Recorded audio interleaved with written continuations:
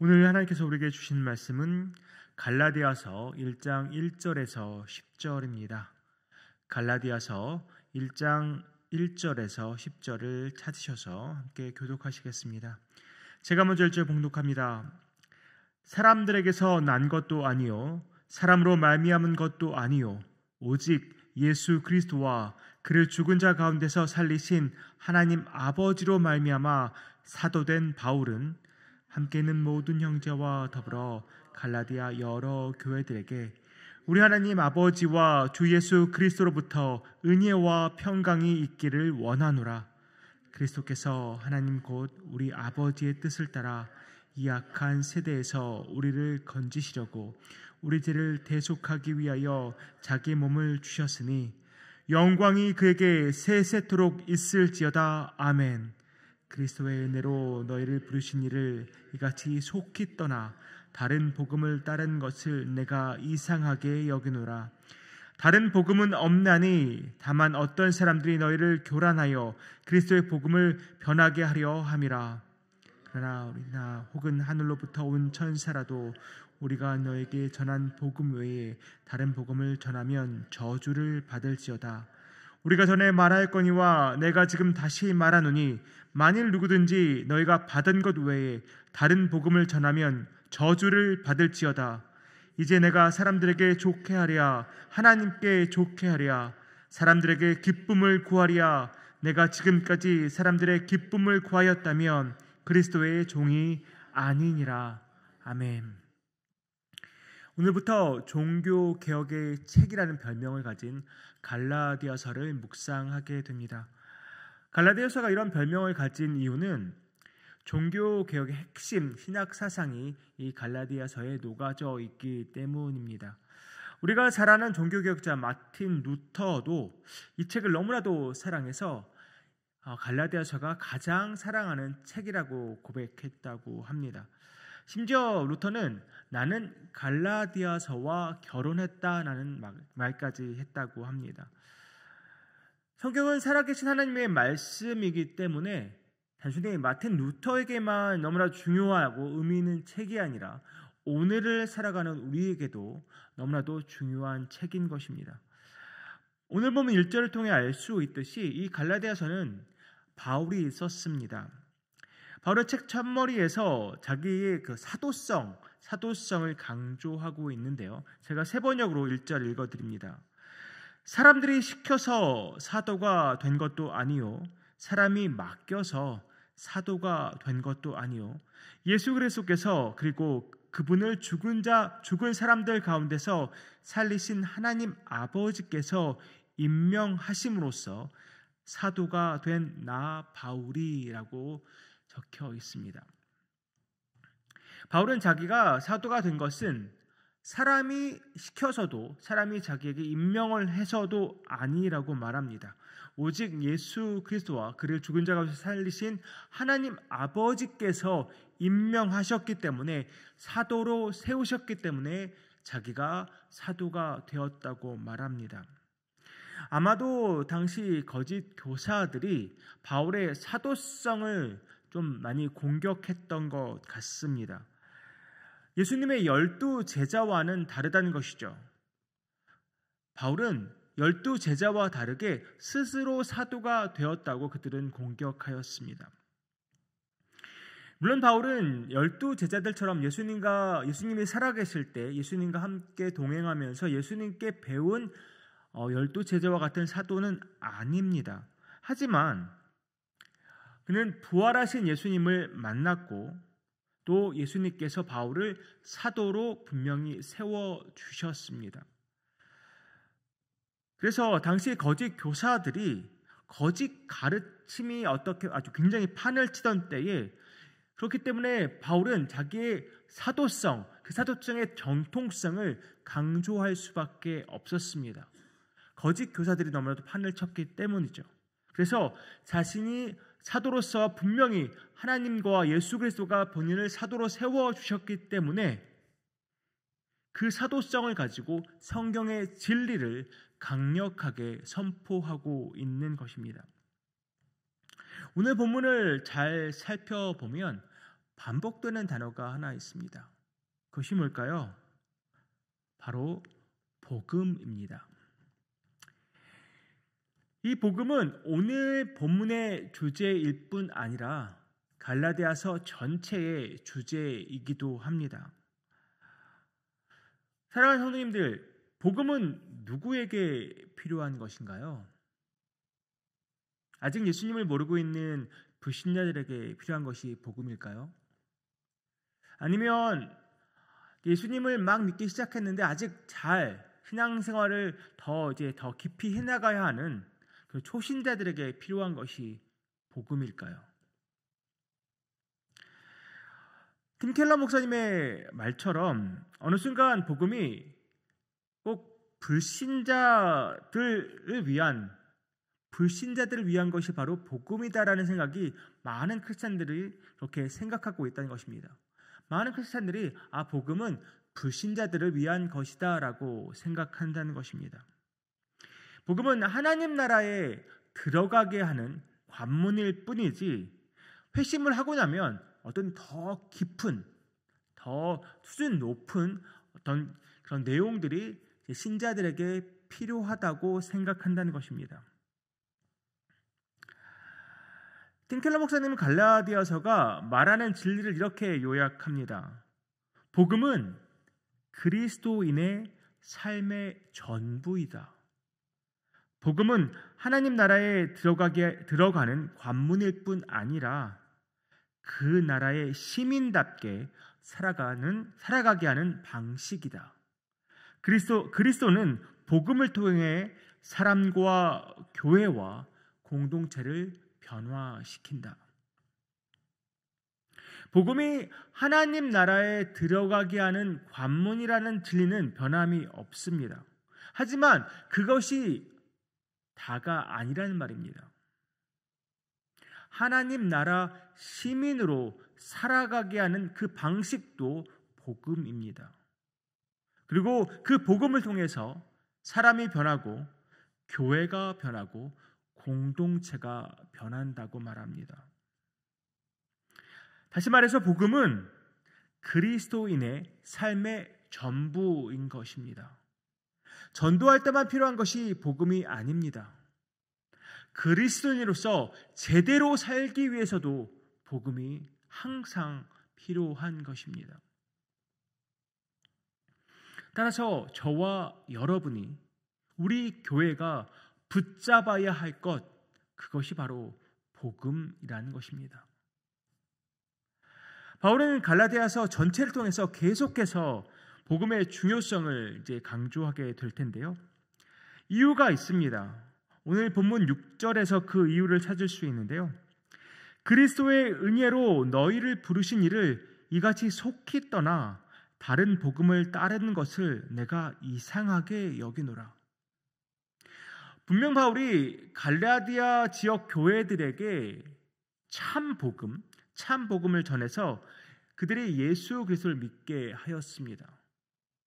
그런데 너무나도 빨리 그들이 다른 복음을 따른다는 소식이 바울의 귀에 들려오게 된 것입니다. 그래서 너무나도 놀랐습니다. 그래서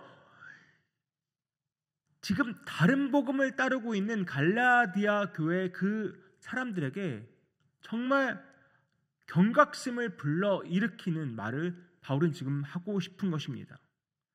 앞으로 갈라디아서 살펴보면 잘 알게 되겠지만 거짓 교사들은 이방인 그리스도인들도 유대인 그리스도인들처럼 모세 율법이 말하는 전통 의식을 반드시 따라야 한다고 가르쳤습니다. 그래서 할례도 받아야 하고 음식법도 다 따라야만 온전한 구원을 받을 수 있다고 가르친 것입니다. 그런데 참 복음이 그렇게 말합니까? 아닙니다. 오늘 복음의 핵심을 4절이 말하고 있는데요. 세 번역으로 제가 읽어드립니다. 예수 그리스도께서는 하나님 우리 아버지의 뜻을 따라 우리를 이 악한 세대에서 건져 주시려고 우리의 죄를 대속하기 위하여 자기 몸을 바치셨습니다. 예수 그리스도께서 우리의 죄를 대속하기 위해 자기 몸을 바치셨습니다. 우리 대신 우리의 모든 죄값을 치르셨다는 것입니다. 그래서 구원을 위해서 우리가 한 일은 전혀 없다는 것입니다. 구원을 위해서 인간이 할 수 있는 일은 전혀 없다는 것입니다. 구원은 전적으로 하나님의 은혜입니다. 우리의 어떤 행위도 우리의 구원에 영향을 끼치지 못합니다. 구원에 있어서 인간은 그저 무능력자일 뿐입니다. 이것과 관련해서 팀 켈러 목사님이 좋은 예를 하나 드셨는데, 물에 빠진 사람이 눈앞에 있다고 상상해 보라. 그에게 수영하는 법이 적힌 책자를 던지는 것은 전혀 도움이 되지 않는다. 그에게 필요한 것은 가르침이 아니라 밧줄이다. 예수님은 교사이기보다 건지시는 분이다. 우리에게 가장 필요한 것이 건짐이기 때문이다. 우리의 됨됨이나 행위는 전혀 우리를 구원하지 못한다. 신학자들은 이를 일컬어 영적 무능력이라고 말한다. 우리 인간은 영적으로 무능력하기 때문에 우리 구원을 위해서 아무것도 할 수 없습니다. 오직 예수께서 십자가에서 죽으심으로 우리를 죄에서 건지셨기 때문에 우리가 살 수 있는 것입니다. 그러나 거짓 교사들은 갈라디아 교회들에게 너희가 구원을 위해서는 너희는 할례도 받아야 한다. 그리고 모세 율법이 말하는 음식법도 너는 다 따라야 한다고 말했습니다. 하지만 그것은 복음이 아닙니다. 6절이 다른 복음이라는 말을 표현하긴 했지만 복음에 어떠한 수정을 가하거나 어떤 다른 것들을 조금이라도 첨가한다면 그것은 더 이상 복음일 수 없습니다. 그래서 조금 다른 복음이라는 자체가 존재할 수 없다는 말입니다. 예수 그리스도께서 이루신 일을 통해서 우리가 은혜로 구원받았다는 것, 그것이 참 복음입니다. 그것이 핵심입니다. 이것에 어떠한 것도 더할 수 없다는 말입니다. 복음의 수정을 가하면 그 즉시 그 복음은 더 이상 복음이 되지 않습니다. 아무런 효력이 없기 때문입니다. 바울이 이것을 너무나도 잘 알았기 때문에 8절과 9절에서 무서우리만큼 강하게 선포하는 것입니다. 그러나 우리나 혹은 하늘로부터 온 천사라도 우리가 너희에게 전한 복음 외에 다른 복음을 전하면 저주를 받을지어다. 우리가 전에 말할거니와 내가 지금 말하노니 만일 누구든지 너희가 받은 것 외에 다른 복음을 전하면 저주를 받을지어다. 바울은 자기를 포함해서 누구라도, 심지어 천사라도 다른 복음을 전하면 저주받아 마땅하다고 말하고 있습니다. 복음에 무엇을 더하거나 수정하려는 모든 시도는 저주받아 마땅한 것입니다. 복음을 전할 때도 그렇고 우리가 복음을 붙들고 살 때도 그렇고 복음이 복음되지 않게 하는 모든 생각과 말과 행동에 우리는 유의해야 합니다. 복음에 우리의 어떠한 견해나 생각을 더할 수 없습니다. 복음에 우리의 어떠한 얄팍한 지식을 더할 수 없습니다. 복음에 어떤 교회의 전통이나 관습도 더할 수 없습니다.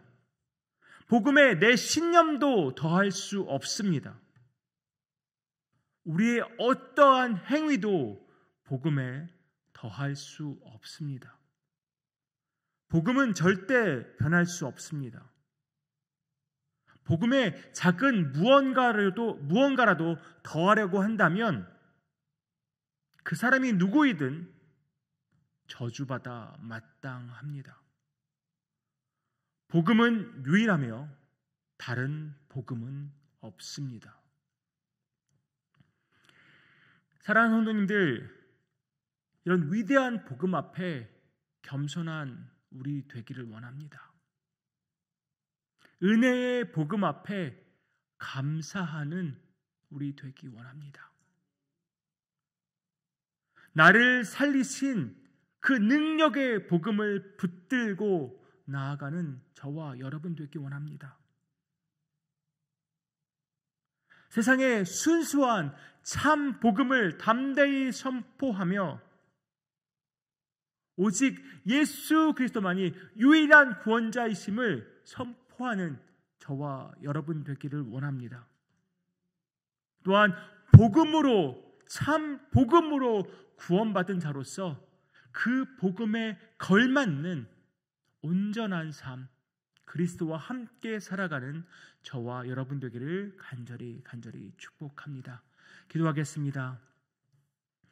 아버지 하나님, 복음 외에 다른 복음이 없음을 우리가 다시 한번 깨닫습니다. 인간은 아무것도 할 수 없습니다. 우리의 구원을 위해 아무것도 할 수 없습니다. 오직 하나님께서 계획하셨고 하나님께서 예수 그리스도를 통해 은혜로 이루어 주신 이 구원에 다른 어떠한 것도 더해질 수 없음을 고백합니다. 오직 이 복음, 이 능력의 복음, 이 참된 복음만 붙잡고 살아가는 우리 모두 되기 원합니다. 세상에 예수 그리스도께서 우리의 모든 죄를 대신 지으시고 죽으셨다는 것, 우리 모든 죄를 대속하셨다는 것을 담대히 선포하며 그 능력의 진리와 함께 담대히 살아가는 우리 모두 되기 원합니다. 주여 함께하여 주시옵소서. 이 모든 말씀 예수님의 이름으로 기도하옵나이다. 아멘.